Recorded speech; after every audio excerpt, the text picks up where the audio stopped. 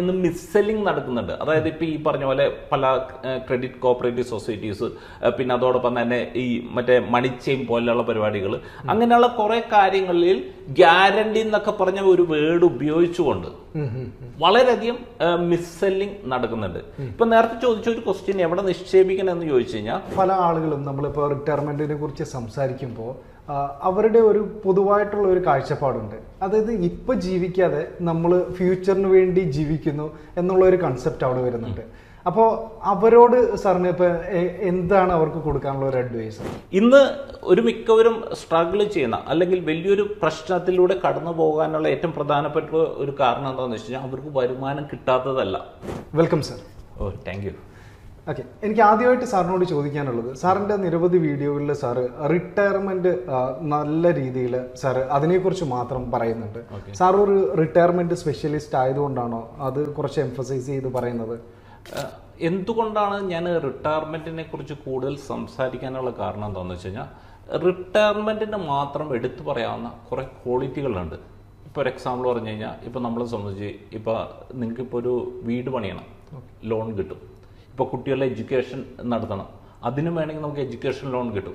ഇനിയിപ്പോൾ മോളുടെ മാരേജ് നടത്തണം, ഇനി ലോൺ കിട്ടിയില്ലെങ്കിലും വീട്ടുകാരെങ്കിലും സഹായിക്കും. പക്ഷെ നമുക്ക് റിട്ടയർമെന്റിന് വേണ്ടി ആരെങ്കിലും ലോൺ തരും? നമുക്ക് ഒരു സ്ഥലത്തുനിന്നും നമുക്ക് ലോൺ കിട്ടില്ല. പിന്നെ അതോടൊപ്പം തന്നെ സാധാരണ രീതിയിൽ കുട്ടികളുടെ എഡ്യൂക്കേഷൻ അല്ലെങ്കിൽ മാരേജ് അല്ലെങ്കിൽ വീട് പണി, ഈ പറഞ്ഞ പല ഗോളുകൾ എന്ന് പറഞ്ഞു കഴിഞ്ഞാൽ അവരെ സംബന്ധിച്ച് അവരുടെ ഏകദേശം ഒരു 45-50 വയസ്സ് ആ ഒരു പ്രായത്തിലാണ് നോർമലി ഇങ്ങനത്തെ കാര്യങ്ങളെല്ലാം വരുന്നത്. അപ്പോൾ എന്തെങ്കിലും കാരണവശാൽ അവർക്ക് എന്തെങ്കിലും ലോൺ എടുക്കേണ്ട ഒരു സാഹചര്യം വന്നു കഴിഞ്ഞാലും അവർക്ക് അത് തിരിച്ചടക്കാനുള്ള സമയം കിട്ടും. പക്ഷേ നോർമൽ സിറ്റുവേഷനിൽ നമ്മൾ ഒരു റിട്ടയർമെന്റ് എന്നൊക്കെ ഉദ്ദേശിക്കുന്നത് ഇപ്പോൾ ഈ കാലഘട്ടത്തിൽ അത് ഇപ്പോൾ ഒരു 50-55 വയസ്സിലൊക്കെ റിട്ടയർമെന്റ് ആകണമെന്നുള്ള ഇഷ്ടം പോലെ ആൾക്കാരുണ്ട്. പക്ഷേ നോർമലി നമ്മൾ നോക്കിക്കഴിഞ്ഞാൽ ഒരു 55-60 വയസ്സാകുമ്പോഴേക്കാണ് റിട്ടയർമെന്റ് ആകുന്നത്. അപ്പോൾ ആ സമയത്ത് ഇപ്പം നമ്മളെ സംബന്ധിച്ച് നമുക്ക് ജോലിയില്ല, നമുക്ക് ആരോഗ്യമില്ല, എന്തെങ്കിലും വല്ലയിടത്തുനിന്ന് കടം മേടിക്കാമെന്ന് വിചാരിച്ചു കഴിഞ്ഞാൽ നമുക്ക് നാളെ ജോലിയും അല്ലെങ്കിൽ വരുമാനമൊന്നും ഇല്ലെങ്കിൽ ആര് കടം തരും? അപ്പോൾ ഇതുപോലെ ഒരു കാര്യം മാത്രമാണ് ഞാൻ പറഞ്ഞത്. ഇതുപോലെ തന്നെ നമ്മൾ നോക്കിക്കഴിഞ്ഞാൽ മറ്റൊരു കാര്യം, ഇപ്പം നമ്മൾ ഇപ്പോൾ എഡ്യൂക്കേഷൻ അല്ലെന്നുണ്ടെങ്കിൽ ഈ പറഞ്ഞ കാര്യത്തിനെല്ലാം ഇപ്പോൾ കമ്പാരിറ്റീവ്ലി റിട്ടയർമെൻ്റ് ആയിട്ട് കമ്പയർ ചെയ്യുമ്പോൾ വളരെ കുറച്ച് എമൗണ്ട് മതി. പക്ഷെ റിട്ടയർമെന്റ് എന്ന് പറഞ്ഞൊരു സംഭവത്തിന് വേണ്ടി നമുക്ക് വേണ്ടി വരുന്ന കോർപ്പസ് എന്ന് പറഞ്ഞു കഴിഞ്ഞാൽ മറ്റ് ഏത് ഫിനാൻഷ്യൽ ഗോളായിട്ട് കമ്പയർ ചെയ്ത് കഴിഞ്ഞാലും ഒരു 99% ആൾക്കാർക്കും ഏറ്റവും കൂടുതൽ തുക വേണ്ടി വരുന്നത് റിട്ടയർമെന്റിനാണ്. ഇനി മൂന്നാമതായിട്ട് നമ്മൾ നോക്കിക്കഴിഞ്ഞ് കഴിഞ്ഞാൽ ഇപ്പോൾ റിട്ടയർമെന്റിനെ സംബന്ധിച്ച് ഇപ്പോൾ നമുക്കിപ്പോൾ ഒരു higher education, graduation and post graduation നോക്കിക്കഴിഞ്ഞ് കഴിഞ്ഞാൽ ഏകദേശം ഒരു 10 വർഷത്തിനുള്ളിൽ ഈ പറഞ്ഞ എക്സ്പെൻസ് എല്ലാം തീരും. പക്ഷേ റിട്ടയർമെന്റിന്റെ കാര്യം വരുന്ന സമയത്ത് അവിടെ സംഭവിക്കുന്ന ഒരു കാര്യം എന്താണെന്ന് വെച്ച് കഴിഞ്ഞാൽ, ഇപ്പോൾ സപ്പോസ് ഇപ്പോൾ ഒരു 55 അല്ല 60 വയസ്സിൽ ഒരു വ്യക്തി റിട്ടയർമെന്റ് ആയി കഴിഞ്ഞ് കഴിഞ്ഞാൽ അദ്ദേഹത്തിനെ സംബന്ധിച്ച് ഒരു 85 വയസ്സ് അല്ല 90 വയസ്സ് വരെ ഉള്ള ഒരു ക്യാഷ് ഫ്ലോ ഉറപ്പുവരുത്തണം. അതായത് ഏകദേശം 25-30 വർഷത്തേക്കുള്ള ഒരു ക്യാഷ് ഫ്ലോ ഉറപ്പുവരുത്താൻ സാധിച്ചു കഴിഞ്ഞാൽ മാത്രമേ അദ്ദേഹത്തിനെ സംബന്ധിച്ച് ഒരു ഭംഗിയായിട്ടുള്ള ഒരു റിട്ടയർമെന്റ് നമുക്ക് ചെയ്യാൻ പറ്റുള്ളൂ. അപ്പോൾ അതുകൊണ്ട് തന്നെ ഈ ഒരു കാലഘട്ടത്തിൽ നമ്മൾ നോക്കിക്കഴിഞ്ഞ് കഴിഞ്ഞാൽ ഇപ്പോൾ ഇന്ത്യ പോലെയുള്ള ഒരു രാജ്യത്തിൻ്റെ ഒരു അവസ്ഥ എന്ന് പറഞ്ഞു കഴിഞ്ഞാൽ വളരെ ചുരുക്കം പേർക്ക്, ഒരു 2% അല്ലെങ്കിൽ 3% ആൾക്കാർക്ക് മാത്രമേ ആവശ്യത്തിനുള്ള ഒരു റിട്ടയർമെന്റ് ബെനിഫിറ്റ് ലഭിക്കുന്നുള്ളൂ. അപ്പോൾ അതുകൊണ്ട് തന്നെ ഇപ്പം നമ്മൾ നോക്കിക്കഴിഞ്ഞ് കഴിഞ്ഞാൽ ഇന്ന് എല്ലാവർക്കും തന്നെ, അതായത് ഈ നമ്മളെല്ലാവരും ഇപ്പം നാളെ ജീവിച്ചിരുന്നു കഴിഞ്ഞാൽ നമ്മളെല്ലാവരും കടന്നു പോകേണ്ട ഒരു സാഹചര്യമാണ് റിട്ടയർമെന്റ്. അപ്പോൾ ആ സമയത്ത് നമുക്ക് ചിന്തിച്ചിട്ട് ഇതിനെക്കുറിച്ചൊന്നും ചിന്തിച്ചിട്ട് ഒരു കാര്യമില്ല. അപ്പോൾ അതുകൊണ്ട് തന്നെ റിട്ടയർമെന്റ് എന്നത് ഞാൻ എപ്പോഴും പറയുന്ന ഒരു കാര്യം തന്നെയാണ്. നിങ്ങൾ വേറെ ഏത് ഫിനാൻഷ്യൽ ഗോൾ പ്ലാൻ ചെയ്തില്ലെങ്കിലും റിട്ടയർമെന്റ് പ്ലാൻ ചെയ്യണം. കാരണം അത് വളരെ ഇമ്പോർട്ടൻ്റ് ആയിട്ടുള്ള ഒരു കാര്യമാണ്. ഇത് പറയാൻ കാരണം ഇപ്പം എൻ്റെ ഇത്ര നാളത്തെ ഒരു എക്സ്പീരിയൻസിൻ്റെ ഇടയിൽ ഈ ഒരു സ്റ്റേജിലെത്തിയ നിരവധി വ്യക്തികളെ ഞാൻ കണ്ടിട്ടുണ്ട്. അവരെല്ലാവരും ആ ഒരു ടൈമിൽ വളരെ സ്ട്രഗിൾ ചെയ്ത്, അതായത് ഒരു നമ്മൾ പറഞ്ഞു കഴിഞ്ഞാൽ ഒരു നരക ജീവിതം നയിക്കുന്ന ഒരു സിറ്റുവേഷനിലൂടെ കടന്നു പോകുന്നത് ഞാൻ കണ്ടിട്ടുണ്ട്. അപ്പോൾ അതുകൊണ്ടാണ് ഞാൻ റിട്ടയർമെന്റ് എന്ന് പറഞ്ഞൊരു സെഗ്മെന്റിൽ കൂടുതൽ സ്പെഷ്യലൈസ് ചെയ്യാനുള്ള ഏറ്റവും പ്രധാനപ്പെട്ട, അവരൊക്കെ മാക്സിമം സഹായിക്കണം. അപ്പോൾ അതുകൊണ്ടാണ് റിട്ടയർമെന്റിന് ഞാൻ കൂടുതൽ ഫോക്കസ് ചെയ്യാൻ കാരണം. ഓക്കെ സാറേ, ഇതിനകത്ത് പല ആളുകളും നമ്മളിപ്പോൾ റിട്ടയർമെന്റിനെ കുറിച്ച് സംസാരിക്കുമ്പോൾ അവരുടെ ഒരു പൊതുവായിട്ടുള്ള ഒരു കാഴ്ചപ്പാടുണ്ട്. അതായത് ഇപ്പൊ ജീവിക്കാതെ നമ്മൾ ഫ്യൂച്ചറിന് വേണ്ടി ജീവിക്കുന്നു എന്നുള്ള ഒരു കൺസെപ്റ്റ് അവിടെ വരുന്നുണ്ട്. അപ്പോൾ അവരോട് സാറിന് ഇപ്പൊ എന്താണ് അവർക്ക് കൊടുക്കാനുള്ള ഒരു അഡ്വൈസ്? അതായത് ഞാൻ പറയുന്ന ഒരു കാര്യം, ഇപ്പോൾ ജീവിക്കേണ്ടെന്നല്ല, ഇപ്പൊ നമ്മൾ ജീവിക്കണം. പക്ഷെ നമുക്ക് കിട്ടുന്ന സമ്പാദ്യം മൊത്തം ഇപ്പൊ തന്നെ ചെലവഴിച്ചു കഴിഞ്ഞാൽ അത് നമ്മൾ നാളെ വലിയ ഒരു സ്ട്രഗിൾ ചെയ്യുന്ന ഒരു സിറ്റുവേഷനിലേക്ക് കടന്നു വരും. ഇപ്പൊ രഞ്ജിത്ത് പറഞ്ഞത് വളരെ റെലവെന്റ് ആയിട്ടുള്ള ഒരു ക്വസ്റ്റ്യൻ ആണ്. ഇപ്പൊ ജീവിക്കാതെ ഇനി അന്ന് ഞാൻ ജീവിച്ചിരിക്കുമെന്ന് എന്തുറപ്പുണ്ട്? പക്ഷെ നമ്മളൊന്ന് ചിന്തിച്ചു നോക്കി, നമ്മൾ ഈ ചുറ്റുവട്ടത്തിൽ ഇപ്പൊ നമ്മൾ കുറെ മരങ്ങളും എല്ലാം കാണുന്നുണ്ട്. നമ്മുടെ അപ്പനപ്പൂപ്പന്മാര് അവർ അതേ രീതിയിൽ ചിന്തിച്ചിരുന്നെങ്കിൽ, അതായത് ഞാനിതിപ്പോ ഇന്ന് തെങ്ങ് നടന്നു, മാവ് നടന്നു, ഇതിന്റെ ഫലം എനിക്ക് കിട്ടോ എന്നൊക്കെ വിചാരിച്ചാണ് അവർ നടാതിരുന്നെങ്കിൽ എന്താകുമായിരുന്നു നമ്മൾ ഈ ചുറ്റുവട്ടത്തിന്റെ അവസ്ഥ? അപ്പം നമ്മളെ സംബന്ധിച്ച് ഇന്ന് നമ്മൾ ചെയ്യുന്ന സമയത്ത് നമ്മൾ ചെയ്യേണ്ട കാര്യം ചെയ്യണം. ഇപ്പോൾ ഉദാഹരണത്തിന് ഇപ്പോൾ എൻ്റെ മനസ്സിലേക്ക് വരുന്ന ഒരു വലിയൊരു ഉദാഹരണം എന്താണെന്ന് വെച്ച് കഴിഞ്ഞാൽ ടൈറ്റാനിക്. അപ്പൊ ടൈറ്റാനിക് യാത്ര തുടങ്ങിയ സമയത്ത് അത് മാനുഫാക്ചർ ചെയ്ത കമ്പനി പറഞ്ഞ ഒരു കാര്യം എന്ന് പറഞ്ഞാൽ ലോകത്തിലുള്ള ഒരു ശക്തിക്കും ഈ ടൈറ്റാനിക്കിനെ തകർക്കാൻ പറ്റില്ലെന്നാണ്. അപ്പൊ അതുകൊണ്ട് തന്നെ അവരെന്ത് ചെയ്തു, അവർ ആ ഓവർ കോൺഫിഡൻസിൽ വേണ്ടത്ര ലൈഫ് ബോട്ടുകൾ കരുതിയില്ല.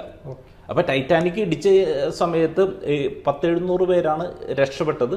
ബാക്കി ഒരു 1500-ലധികം പേര് മരിച്ചു. ഇടിച്ച് ഏകദേശം 2 മണിക്കൂർ കഴിഞ്ഞതിന് ശേഷമാണ് ഈ കപ്പൽ മുങ്ങുന്നത്. അപ്പൊ രക്ഷപ്പെട്ട ബഹുഭൂരിപക്ഷവും ലേഡീസും കുട്ടികളാണ്. മരിച്ച ഒരു മിക്കവരും തന്നെ പുരുഷന്മാരാണ്. എന്തുകൊണ്ടാണെന്ന് വെച്ച് കഴിഞ്ഞാൽ അവര് ഫസ്റ്റ് പ്രിഫറൻസ് ലേഡീസിന് കൊടുത്തു. ബാക്കിയുള്ളവർക്ക് ലൈഫ് ബോട്ട് ഉണ്ടായിരുന്നെങ്കിൽ രക്ഷപ്പെടാൻ സാധിക്കുമായിരുന്നു. ഇടിച്ചതിന് ശേഷം അയ്യോ ലൈഫ് ബോട്ട് ഇല്ലല്ല എന്ന് പറഞ്ഞിട്ട് വല്ല കാര്യമുണ്ടോ? അപ്പൊ ഇന്നല്ലെങ്കിൽ നാളെ നമ്മൾ ഫേസ് ചെയ്യേണ്ട ആ ഒരു ടൈമിൽ വേണ്ട കാര്യങ്ങൾ നമ്മളെ സംബന്ധിച്ച്, നമ്മളിപ്പോൾ ടയർ പഞ്ചറായതിനു ശേഷമല്ല നമ്മളിപ്പോൾ മറ്റേ സ്റ്റെപ്പിനി ടയറിനെ കുറിച്ച് ചിന്തിക്കുന്നത്. അപ്പം നമ്മൾ ഇന്ന് നിങ്ങൾ ഭംഗിയായിട്ട് ജീവിക്കണം. പക്ഷെ അതോടൊപ്പം തന്നെ ഇപ്പം നമുക്കൊരു ലൈഫ് ബോട്ട്, അല്ലെന്നുണ്ടെങ്കിൽ സ്റ്റെപ്പിനി ടയർ, അല്ലെന്നുണ്ടെങ്കിൽ ഈ പറഞ്ഞ കാര്യം എൻ്റെ ഫ്യൂച്ചറിൽ വരുമെന്ന് പ്ലാൻ ചെയ്തിട്ട് അതിന് വേണ്ട ഒരു പ്രിക്കോഷൻ അത് നമ്മൾ എടുക്കണം എന്നത് വളരെ ഇമ്പോർട്ടൻ്റ് ആയിട്ടുള്ളൊരു കാര്യം. അടുത്തൊരു ചോദ്യത്തിലേക്ക്, നമുക്കിപ്പോൾ മലയാളികളുടെ പൊതുവായിട്ടുള്ള ഒരു ക്യാരക്ടർ എന്ന് വെച്ച് കഴിഞ്ഞാൽ സ്പെൻഡ് ചെയ്തിട്ട് ബാക്കി എന്തെങ്കിലും ഉണ്ടെങ്കിൽ നമുക്ക് ഇൻവെസ്റ്റ് ചെയ്യാം. ഈ ഒരു ആറ്റിറ്റ്യൂഡ് ഇപ്പോൾ നമ്മൾ സേവ് ചെയ്തതിന് ശേഷം അല്ലെങ്കിൽ ഇൻവെസ്റ്റ് ചെയ്തതിന് ശേഷം ബാക്കി നമുക്ക് സ്പെൻഡ് ചെയ്യാം എന്നൊരു ആറ്റിറ്റ്യൂഡിലേക്ക് എപ്പോഴും മാറും എന്നാണ് സാർ വിചാരിക്കുന്നത്? നോർമലി ഈ ഒരു ജനറേഷനിൽ വലിയ വലിയ ചേഞ്ചസ്, അതിപ്പോൾ നമ്മളെപ്പോലെയുള്ള യൂട്യൂബേഴ്സ്, പിന്നെ അതോടൊപ്പം തന്നെ ഇന്നത്തെ മീഡിയാസ്, അതെല്ലാം വളരെയധികം ഇവരെ ലൈഫിനെ സ്വാധീനിക്കുന്നുണ്ട്. കാരണം ഞാൻ പഠിച്ച സമയത്ത് എൻ്റെ മാതാപിതാക്കളാണെങ്കിലും എൻ്റെ ടീച്ചേഴ്സ് ആണെങ്കിലും അവരെല്ലാവരും എന്നെ പഠിപ്പിച്ചതെന്ന് പറഞ്ഞാൽ നിങ്ങൾ നല്ല രീതിയിൽ പഠിക്കണം, നല്ല രീതിയിൽ വരുമാനം ഏൺ ചെയ്യണം. പക്ഷെ ഈ ഏൺ ചെയ്യുന്ന വരുമാനം ഏത് രീതിയിലാണ് ചെലവഴിക്കേണ്ടതെന്ന് ആരും പഠിപ്പിച്ചിട്ടില്ല. ഇന്ന് ഒരു മിക്കവരും സ്ട്രഗിൾ ചെയ്യുന്ന അല്ലെങ്കിൽ വലിയൊരു പ്രശ്നത്തിലൂടെ കടന്നു പോകാനുള്ള ഏറ്റവും പ്രധാനപ്പെട്ട ഒരു കാരണം എന്താണെന്ന് വെച്ച് കഴിഞ്ഞാൽ അവർക്ക് വരുമാനം കിട്ടാത്തതല്ല, കിട്ടുന്ന വരുമാനം മികച്ച രീതിയിൽ മാനേജ് ചെയ്യാൻ പറ്റാത്തതുകൊണ്ടാണ്. ഇപ്പൊ നമ്മളെ സംബന്ധിച്ച് ഇപ്പൊ ഞങ്ങൾ കസ്റ്റമേഴ്സിൽ ഇപ്പൊ ഏകദേശം ഒരു 10,000 രൂപ മന്തിൽ വരുമാനം ഏൺ ചെയ്യുന്നവരുണ്ട്. 1 കോടി അല്ലെങ്കിൽ 2 കോടിയൊക്കെ പെർ മന്ത് ഏൺ ചെയ്യുന്ന ആൾക്കാരുണ്ട്. അപ്പൊ കഴിഞ്ഞ ദിവസം ഞാൻ എൻ്റെ ഒരു സുഹൃത്തായിട്ട് ഞാൻ സംസാരിച്ച സമയത്ത്, അദ്ദേഹം ഇപ്പൊ നിലവിൽ വലിയൊരു ബിസിനസ് ചെയ്യുന്ന ഒരു വ്യക്തിയാണ്.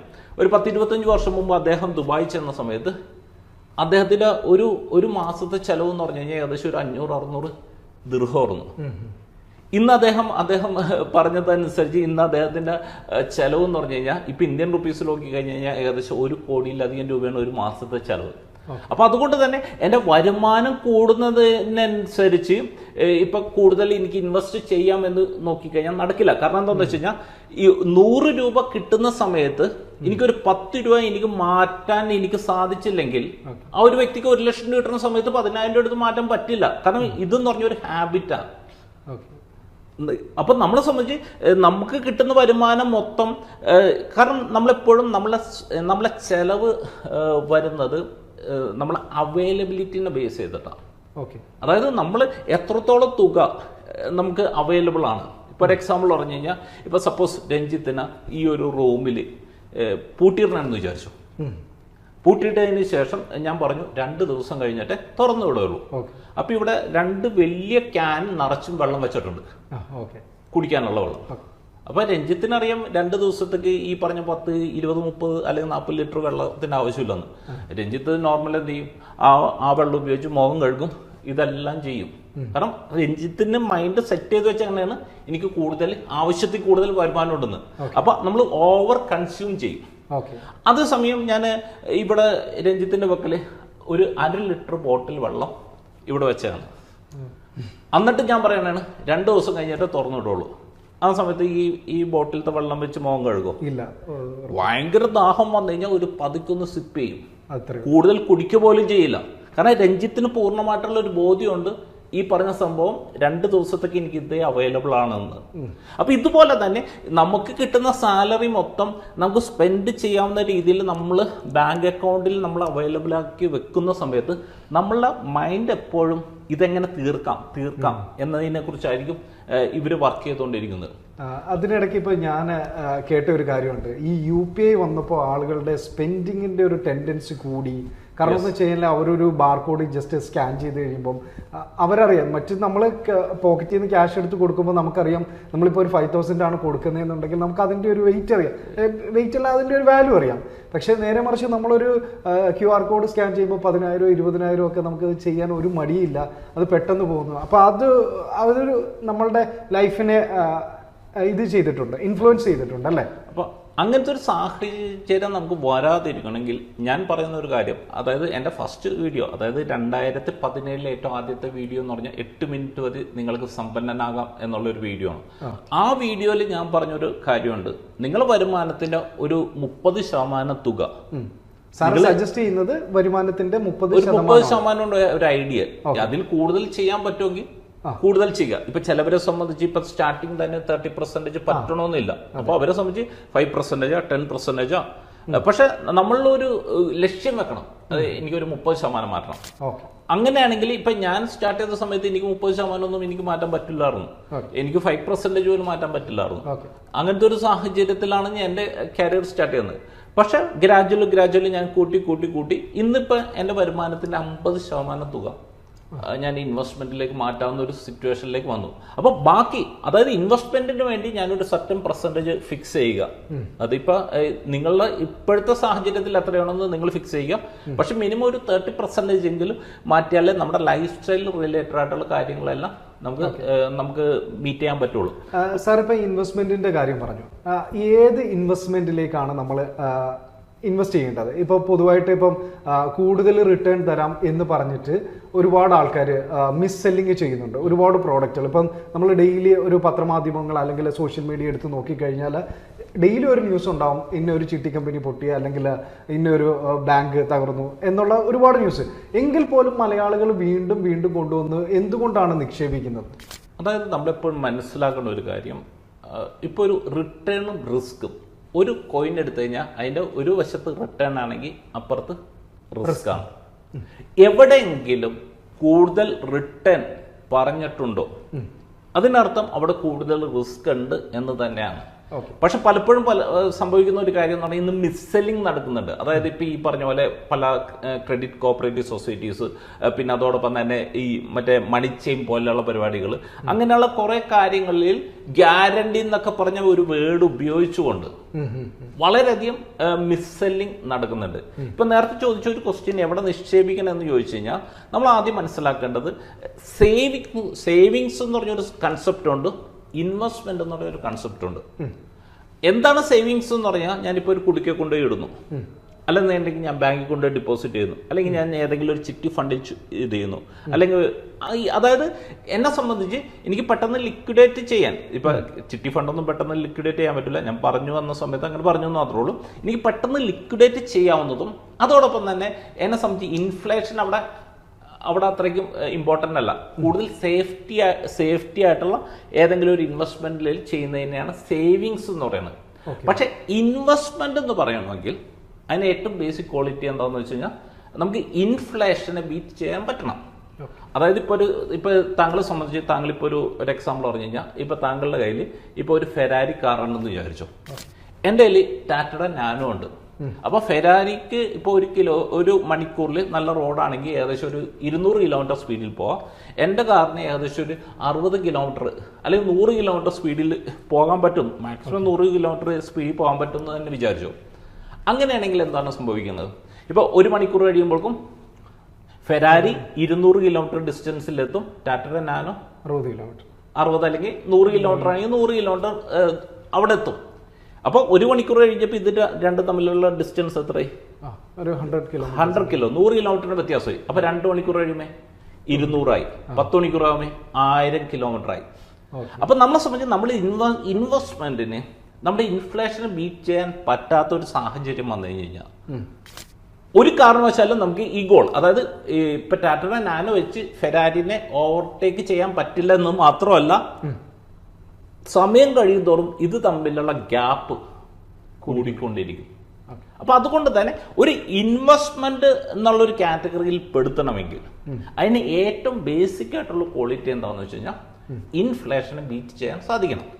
ഇന്നിപ്പോ ലോകമെമ്പാടും നിങ്ങൾ നോക്കിക്കഴിഞ്ഞാൽ നമുക്ക് കാണാവുന്ന ഒരു കാര്യം, ബാങ്ക് നിഫ്റ്റിക്ക് ലോകത്തിൽ ഒരു രാജ്യത്തും ഇൻഫ്ലേഷൻ ബീറ്റ് ചെയ്യാൻ സാധിച്ചിട്ടില്ല. ഏകദേശം ഇൻഫ്ലേഷനും ബാങ്ക് നിഫ്റ്റി തരുന്ന റിട്ടേൺസും ഏകദേശം ഒരു സെയിം ആയിരിക്കും. ബാങ്ക് നിഫ്റ്റി 100% സുരക്ഷിതമാണെന്നുള്ള ഒരു ധാരണ നമുക്കുണ്ട്. അത് ധാരണ മാത്രമാണ്, എന്താ പറയാൻ പറ്റുക, അത് ശരിക്കും അത് തെറ്റിദ്ധാരണയാണ്. കാരണം എന്താണെന്ന് വെച്ച് കഴിഞ്ഞാൽ പാൻ ഇന്ത്യ മെട്രോ സിറ്റികളിലും അതോടൊപ്പം തന്നെ കൊച്ചിയൊക്കെ പോലെയുള്ള സിറ്റികൾ, കാരണം അവിടെ ആയിരിക്കുമല്ലോ ഏറ്റവും കൂടുതൽ റെന്റ് ഉള്ളത്, സിറ്റികളിലായിരിക്കും ഏറ്റവും കൂടുതൽ റെന്റ് ഉള്ളത്. അപ്പൊ ഇവിടെ നടത്തിയ ഒരു സർവേയിൽ പറയുന്ന ഒരു കാര്യം, ഇനി സപ്പോസ് ഇവരുടെ കാലം കഴിഞ്ഞു എന്ന് വിചാരിച്ചു, ഇവരെ മക്കൾ ഈ പ്രോപ്പർട്ടിയൊക്കെ വിൽക്കണമെങ്കിൽ പെടാൻ പോണ പാട്. ഇവിടെ ആളുണ്ടായിരുന്നിട്ട് 10 വർഷമായിട്ട് വിൽക്കാൻ പറ്റാത്ത പ്രോപ്പർട്ടികളുണ്ട്. അപ്പൊ ഈ അമേരിക്കയിലും കാനഡയിലും മറ്റോടത്തൊക്കെ കിടക്കുന്ന ആൾക്കാർ ഇവിടുത്തെ പ്രോപ്പർട്ടി വിൽക്കാൻ നോക്കിക്കഴിഞ്ഞ് കഴിഞ്ഞാൽ എന്തായിരിക്കും അവസ്ഥ?